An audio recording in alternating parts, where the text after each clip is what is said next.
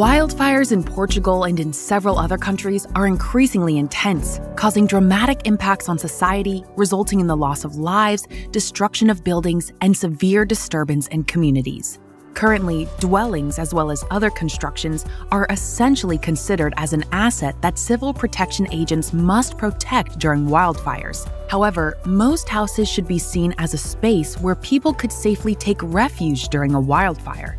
As in other countries, Portuguese legislation regarding the safety of buildings against wildfires is excessively simplistic and does not address the problem with the specific characteristics it presents. For example, the obligation of a 50-meter fuel management strip around isolated buildings is based on a criterion that does not always give the best results, because it does not take into consideration the characteristics of the implantation area and the intensity that an eventual fire front may reach on the various facades of the building.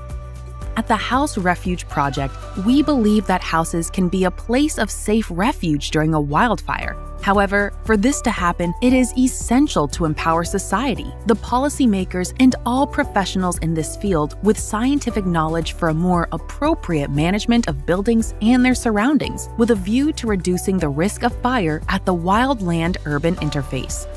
Thus, we propose to provide the policymakers with the scientific support to establish appropriate rules for the protection of buildings, and to develop and disseminate among citizens and professionals in the field the best practices for mitigating the risk of damage to buildings from wildfires. In order for this support to be as effective as possible, the House Refuge Project encompasses a set of tasks that address issues related to construction, surrounding area, regulations, and citizen involvement.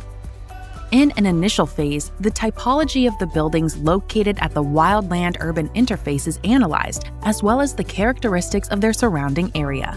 The main national and international regulations application in this field are also compiled. Task 2, related to the management of the area surrounding the building, addresses 3 specific aspects. The first one refers to the determination of the heat flux released by the burning of vegetation typical of the gardens or spaces around the buildings, as well as the energy that reaches the building. Since spotting is the main mechanism of a building's ignition, in Task 2, we analyze the best practices for the management of fuel in the surroundings in order to mitigate the concentration of firebrands near the buildings.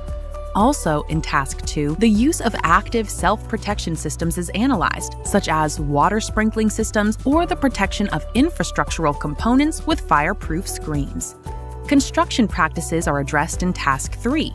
In this task, the fire vulnerability of the various components of a building, such as the roof, windows, or doors, is analyzed in detail. Best practices aiming to reduce the probability of a building being affected by fire or firebrands will also be defined.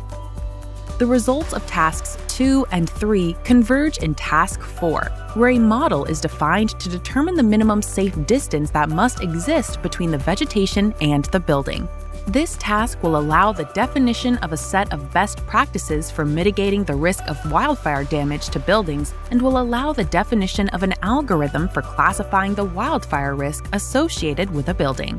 To encourage the implementation of House Refuge proposals, Task 5 is dedicated to raising awareness and training citizens and professionals who deal with these matters. In this task, model houses with best practices implemented are presented. Finally, in Task 6, in addition to adapting the fire risk models into a format that can be translated into legal regulations, the potential involvement of the insurance sector on this issue will be analyzed. In addition to scientific papers, videos, and presentations to disseminate the project, 2 books will be published. One of a technical and scientific nature, and the other aimed at citizens. These books will present the main results and best practices resulting from the project. To deal with the wide variety of subjects addressed, an interdisciplinary consortium was created, consisting of teams with national and international recognition in their respective areas. Naturally, we are receptive to the entry of new ideas, people, and institutions, inviting all interested parties to get to know and join the project House Refuge.